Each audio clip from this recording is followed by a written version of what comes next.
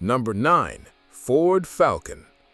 When Ford introduced the Falcon in 1960, it sold 417,174 units in its first year, one of the most successful new car launches in American history, and the commercial proof that American buyers had been waiting for a domestic compact without having to consider a Volkswagen.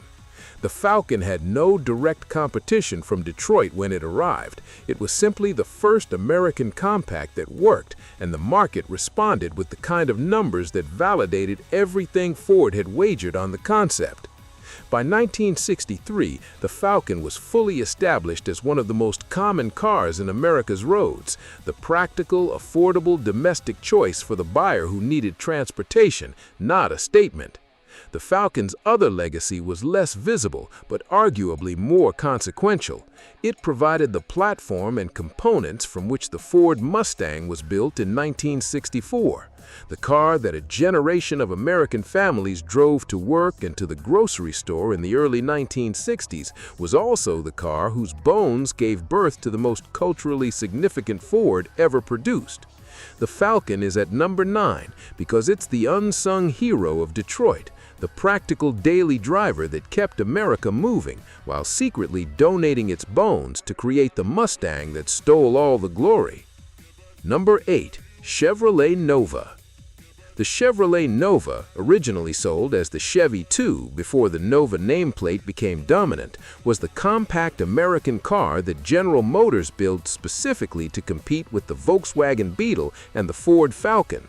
It was smaller, simpler, and cheaper than the Impala, and for the American family that needed basic transportation without the full-size fuel consumption, it was exactly what the Chevy dealer had waiting for them. Through the second half of the 1960s, the Nova became one of the most common cars in America's driveways. It appealed to first-time buyers, to young families on tight budgets, and to buyers who wanted an American compact with a recognizable brand behind it. The Nova's front subframe unibody construction gave it durability well beyond its price point, and its inline-six and optional V8 engines covered every buyer from the economy-minded commuter to the performance-oriented young driver who wanted something that could be upgraded. The Nova is at number 8 because it was the Chevrolet that filled the gap between the price of a VW and the size of an Impala, and because millions of Americans who drove in the 1960s remember exactly where they parked theirs. Number 7. Pontiac Catalina. Before Pontiac built its reputation on the GTO and the muscle car era, the Catalina was doing the quiet, essential work of being the car that millions of American families actually bought, a full-size Pontiac positioned just below the Bonneville in price and just above a Chevrolet in status.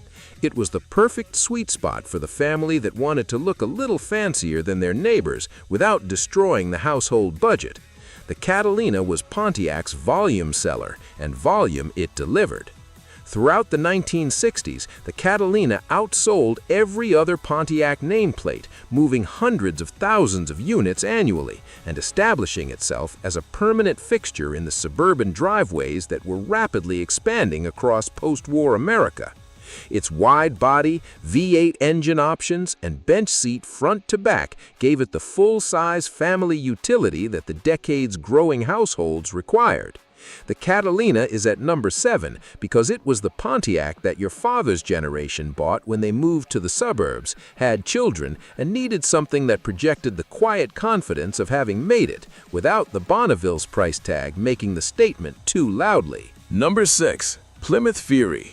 The Plymouth Fury was the full-size family car that Chrysler built to compete directly with the Chevrolet Impala and the Ford Galaxy, and in the mid-1960s, it competed effectively, selling hundreds of thousands of units annually to American families who filled suburban driveways and to the police departments, taxi companies, and government fleets that kept American cities moving.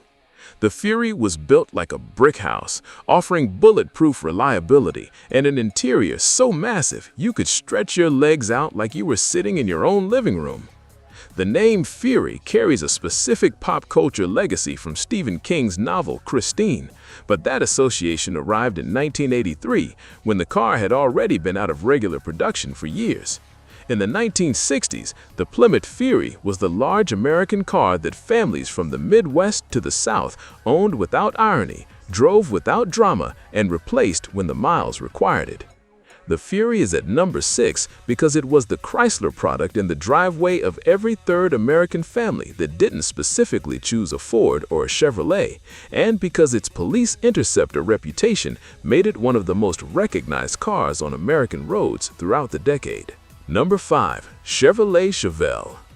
Chevrolet introduced the Chevelle in 1964 as a mid-size alternative to the full-size Impala, a car that occupied the practical space between the compact Nova and the big Biscayne, offering more room than a compact and better fuel economy than a full-size, at a price point that American families found consistently reasonable. Through the second half of the decade, the Chevelle became one of the most recognizable cars on American roads, available as a sedan, a hardtop coupe, a station wagon, and in the performance-oriented SS configurations that captured the muscle car era's imagination. The 1969 model year represented the Chevelle at its mid-decade peak, a car whose sales volume confirmed it as one of GM's most important nameplates. At its core, however, the Chevelle was not a performance car for most of its buyers. It was the car in the teacher's parking lot, the car the family drove to the lake on a summer Saturday, and the car that showed up in the driveway the year your parents decided the Nova was slightly too small. The Chevelle is at number 5 because it offered the American family the specific combination of size, practicality, and affordability that made it one of the most purchased Chevrolets of the decade's second half. Number 4. Ford Galaxie 500. The Ford Galaxie 500 was Ford's answer to the Chevrolet Impala, a full-size family sedan designed to compete in the segment that the Impala dominated, and to give Ford buyers the same kind of size, comfort, and V8 performance in a package that wore a Ford badge. In the early to mid-1960s, the Galaxie consistently ranked among the best-selling full-size cars in America, trailing only the Impala in the segment and generating the kind of annual sales volume that Ford counted on to fund every other program in its lineup. The 1965 Galaxie 500 offered buyers a full-size American car with styling that competed directly against the Impala's visual appeal, longer, lower, and with a formal roofline that communicated the same modest aspiration that the post-war American family required of its cars. V8 power was standard at most trim levels, bench seats front and back, and a trunk large enough for a family vacation worth of luggage. The Galaxie is at number 4 because in the American parking lot of 1965, it was the car parked next to the Impala, the other full-size option that tens of millions of Ford-loyal American families chose with the same confidence and for the same reasons. Number 3. Volkswagen Beetle. By 1968, the Volkswagen Beetle was the best-selling import in United States history, and it had achieved that status not through advertising that competed with Detroit's budgets, but through something Detroit could not manufacture, a reputation for reliability so consistent that American owners told each other about it without being asked.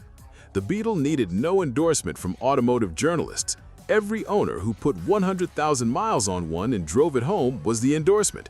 The 1968 model introduced federally required safety equipment and emissions controls that updated the car for American regulations without changing the fundamental character that had made it the most recognizable automotive shape in the world. By the late 1960s, the Beetle was in university parking lots, in urban neighborhoods where parking spaces required small cars, and in the driveways of the specific American buyer who had decided that the domestic manufacturers were not the only valid answer to the question of what a reliable car should be. The Beetle is at number 3 because it was the import that changed American automotive assumptions permanently, the first car to prove in numbers that could not be dismissed that foreign-made could mean better built. Number 2. Ford Mustang. When Ford introduced the Mustang on April 17, 1964 at the New York World's Fair with a base price of $2,368 built on Falcon and Fairline components, it sold 121,538 cars in its first partial model year and never looked back. By 1966, the Mustang's peak sales year, Ford had moved 607,568 units, making it the best-selling Mustang year in the nameplate's history. By the time the millionth Mustang rolled off the assembly line in 1966, the car had already done something no other American automobile had managed in the post-war era. It created an entirely new category of vehicle. The pony car segment, affordable, stylish, performance-oriented, endlessly configurable, existed because the Mustang proved it could exist. The Camaro, the Firebird, the Challenger, and the Barracuda all arrived in its wake because Ford had demonstrated the demand. But in the 1960s, before the competition arrived in full, the Mustang was simply the car that every young American wanted and that hundreds of thousands bought. The car that showed up at the drive-in, at the drag strip, and in the driveway of the house down the street where the older kid who had a job lived. The Mustang is at number 2 because 607,568 units in a single year is not a sales record. It is a cultural event. Number 1. Chevrolet Impala. In 1965, Chevrolet sold 1,074,925 Impalas, the first time in the history of the American automobile industry that a single nameplate had crossed 1 million in a single model year.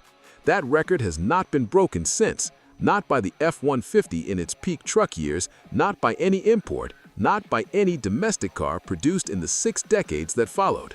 The 1965 Impala stands, more than 60 years later, as the most commercially successful single-year automobile in American history.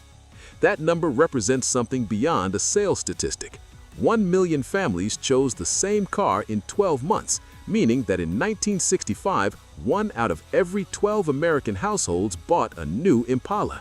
It was in every factory parking lot, every church parking lot, every school pickup line, and every suburban driveway simultaneously. Its clean styling, its legendary options like the 327 V8, and the fact that 1965 was the exact year the iconic 409 made its final roaring last stand before being replaced by the 396, it gave buyers the perfect mix of everyday usability and muscle car power. The Impala is at number 1 because the 1965 sales record is not just a number. It is the definitive answer to what car defined the 1960s American road. And the answer was this one.